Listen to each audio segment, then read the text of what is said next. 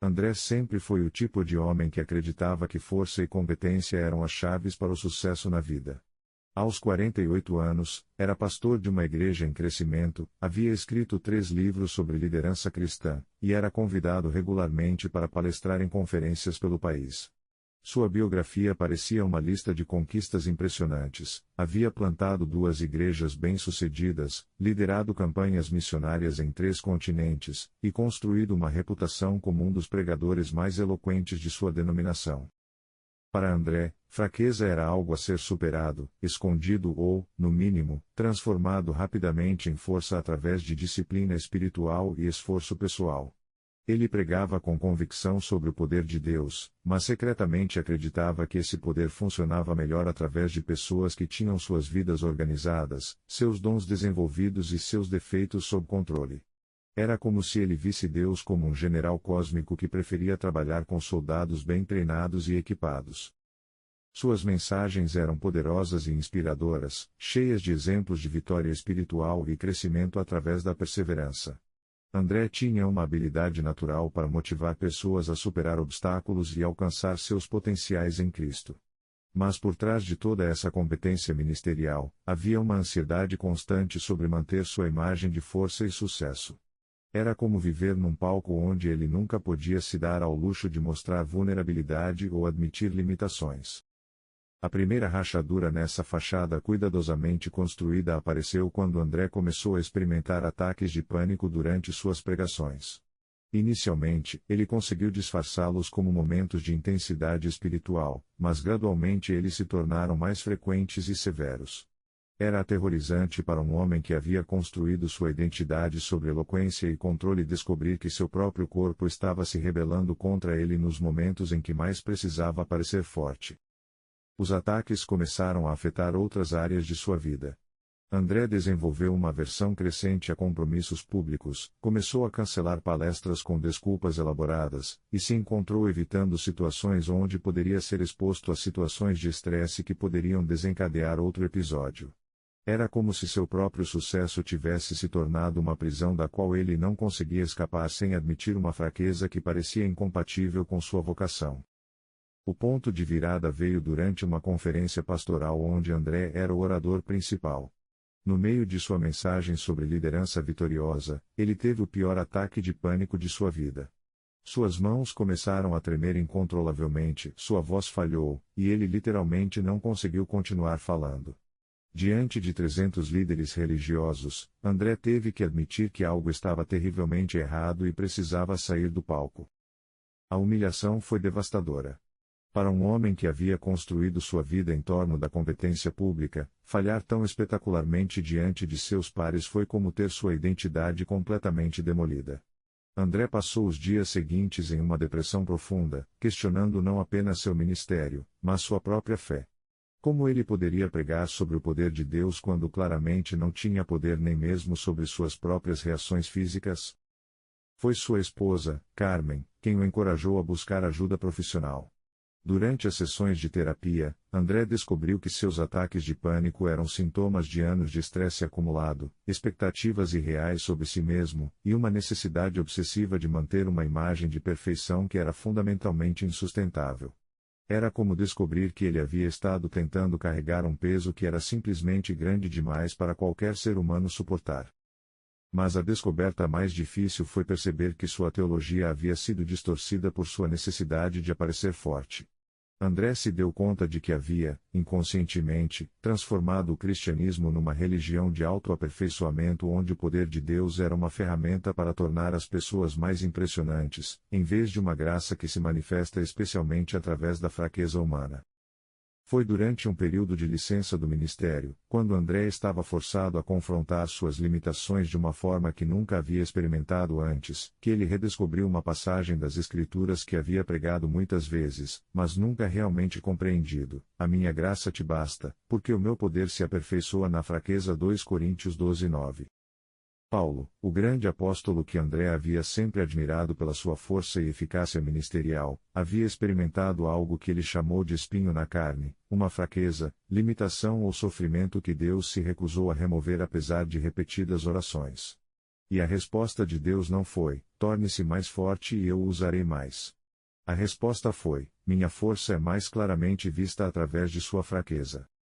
Essa revelação foi como um terremoto que abalou todos os fundamentos da forma como André entendia ministério e espiritualidade. Ele começou a perceber que havia passado anos tentando impressionar a Deus e aos outros com sua competência, quando na verdade Deus estava mais interessado em demonstrar seu próprio poder através das limitações e vulnerabilidades de André. Gradualmente, André começou a repensar sua abordagem ao ministério e à vida. Em vez de tentar esconder ou superar rapidamente suas fraquezas, ele começou a vê-las como oportunidades para Deus demonstrar sua suficiência. Seus ataques de pânico, que uma vez havia visto como falhas humilhantes, começaram a se tornar lembretes de sua dependência da graça divina. Quando André finalmente retornou ao púlpito, sua pregação havia mudado fundamentalmente.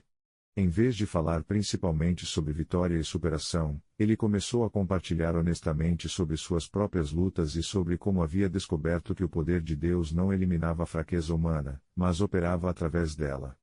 Sua vulnerabilidade, que ele havia tanto temido, na verdade tornou sua mensagem muito mais poderosa e relatável. A congregação respondeu de uma forma que surpreendeu André completamente. Em vez de perder respeito por ele devido à sua honestidade sobre suas limitações, as pessoas se sentiram mais conectadas e encorajadas. Era como se sua disposição de ser real sobre suas fraquezas tivesse dado permissão para outros também serem honestos sobre suas próprias lutas. André descobriu que quando parou de tentar ser o pastor perfeito e começou a ser o pastor autêntico, seu ministério se tornou muito mais eficaz. Pessoas que nunca haviam se sentido à vontade para compartilhar suas próprias vulnerabilidades começaram a se abrir sobre suas lutas. Era como se a igreja inteira tivesse recebido permissão para ser humana em vez de tentar projetar perfeição e espiritualismo.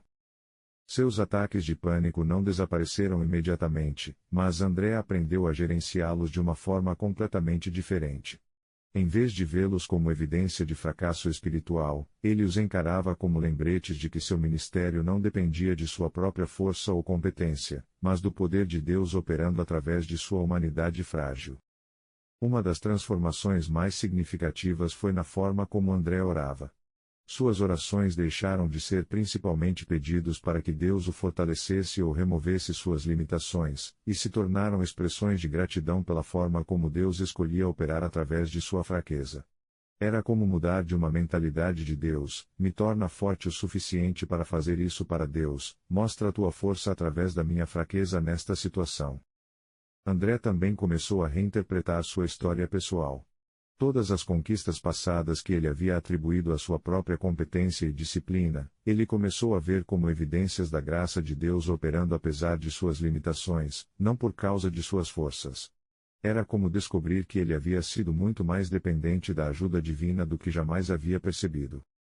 Essa nova perspectiva também transformou sua forma de aconselhar outros líderes. Em vez de enfatizar principalmente desenvolvimento de habilidades e superação de fraquezas, André começou a ajudar pessoas a descobrir como Deus queria usar suas limitações específicas como oportunidades para demonstrar poder divino. Era um paradigma completamente diferente de liderança cristã. Ele se lembrou da história de Gideão, que Deus intencionalmente fez reduzir seu exército de 32.000 para 300 homens para que Israel não se glorie contra mim, dizendo: a minha própria mão me livrou. Juízes 7:2. André percebeu que Deus frequentemente nos coloca em situações onde nossa própria força é claramente insuficiente, não para nos humilhar, mas para que sua força seja inconfundivelmente evidente. A teologia de André sobre sofrimento e dificuldades também evoluiu significativamente. Ele havia sempre pregado que Deus permitia dificuldades para nos ensinar lições ou desenvolver nosso caráter, mas agora estava descobrindo que às vezes Deus permite fraquezas simplesmente para criar espaço para que seu poder seja demonstrado. Não era sempre sobre nos tornar pessoas melhores, às vezes era sobre mostrar ao mundo que Deus é suficiente. Seus livros e palestras assumiram um tom completamente diferente.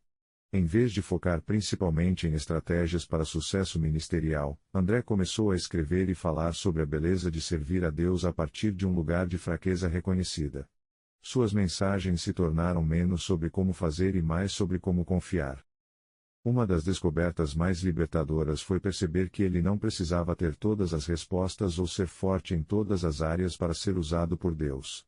Na verdade, suas áreas de fraqueza específicas se tornaram alguns de seus ministérios mais eficazes. Pessoas que lutavam com ansiedade, perfeccionismo e pressão ministerial naturalmente gravitavam em direção a André porque ele falava de experiência, não apenas de teoria.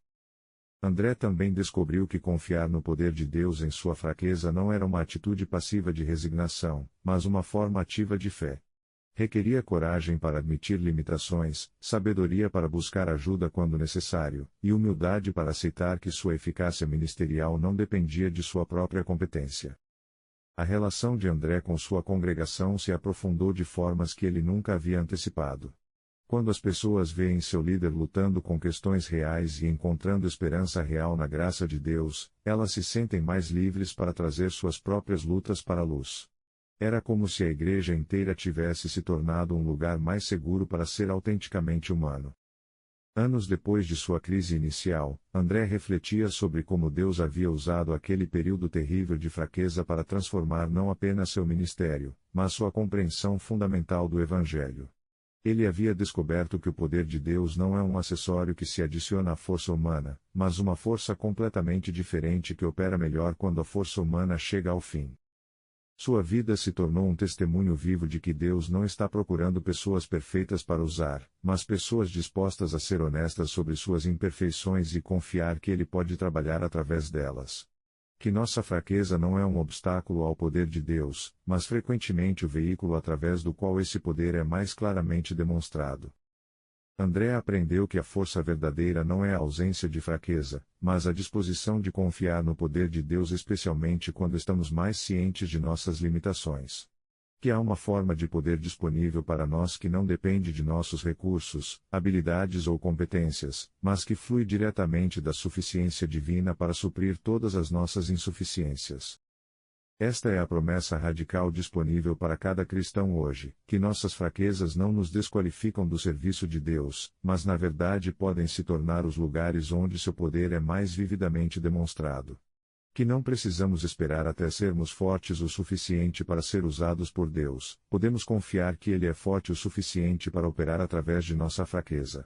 E que quando finalmente paramos de tentar impressionar a Deus com nossa competência e começamos a depender de sua suficiência, descobrimos um poder que é verdadeiramente transformador, não apenas para nós, mas para todos aqueles que testemunham Deus operando através de vasos humanos claramente frágeis, mas divinamente capacitados.